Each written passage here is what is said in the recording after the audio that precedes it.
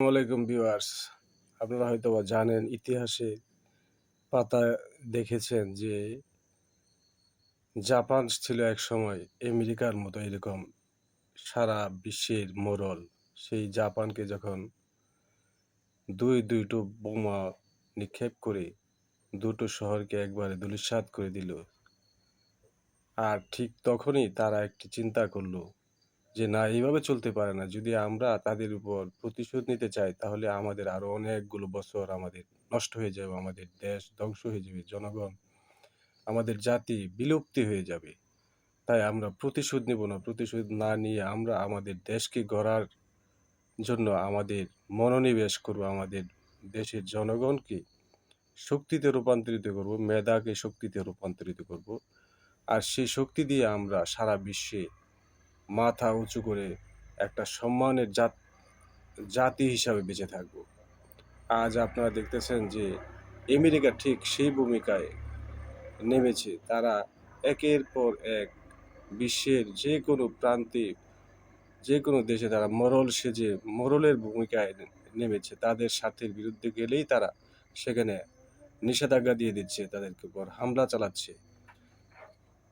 হ্যাঁ, এই যে হামলা চালাচ্ছে, তাদেরও একদিন দিন শেষ হয়ে আসবে, ফুরিয়ে আসবে। আল্লাহ তাদের অবশ্যই শাস্তির ব্যবস্থা করে রেখেছেন, তাদের অবশ্যই বিচার করবেন। এই যে ইরানের উপর যে অত্যাচার, গাজায় যে অত্যাচার, ফিলিস্তিনে মুসলমানদের যেভাবে নৃশংসভাবে একের পর এক মেরে ফেলছে, যে রক্তপাত তৈরি করছে, ইরানের উপর যে দাদাগিরি করছে, এশিয়ায় যে দাদাগিরি করে যাচ্ছে, সারা বিশ্বে যে দাদাগিরি করে যাচ্ছে, তাদের স্বার্থের পরিপন্থী হলেই তারা তাদের বিরুদ্ধে স্যাংশন দিয়ে দেয়। তাদেরকে হ্যাঁ, তাদেরকে কিভাবে বিপদে ফেলে দেয়, বেকায়দায় ফেলে দিয়ে তাদের কাছ থেকে কিভাবে বাণিজ্য চুক্তি করে কিভাবে তাদের কাছ থেকে স্বার্থ সিদ্ধি করা যায়, কিভাবে তেল লুটপাট করে তাদের দেশের উন্নয়নের জন্য নিয়ে যাওয়া যায়, সেই চিন্তায় তারা ব্যস্ত এবং বিধিগ্রস্ত। তাদের এই জুলুম এবং বেবিচারে অন্যায়ের প্রতিবাদ করতে গিয়ে আজকে ইরানের এই অবস্থা। তাই ইরানের প্রতি আমাদের নৈতিক সমর্থন সারা বিশ্বের মানুষের থাকা উচিত। আর এই নৈতিক সমর্থনটাই আমাদের সবচাইতে বড় একটা দায়িত্ব আমরা মনে করি।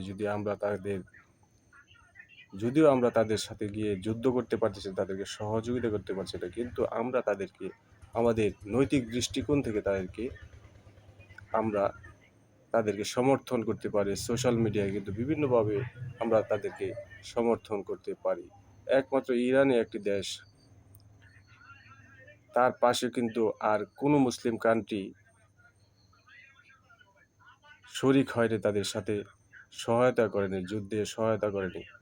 একমাত্র ইরানই একটি মাত্র দেশ যে একাই এই যুদ্ধ চালিয়ে যাচ্ছে, এবং তারা কারো কাছে কখনো দেখবেন সাহায্য চায় না। একমাত্র উপর আল্লাহ ছাড়া আর কারো কাছে তারা সাহায্য চায় না। আল্লাহ অবশ্যই তাদের এই চাওয়া পাওয়া এবং মনের যে ইচ্ছা আকাঙ্ক্ষা ইরানি জাতির, সেই চাওয়া পাওয়া এবং মনের আকাঙ্ক্ষাকে অবশ্যই সর্বোচ্চ বিবেচনা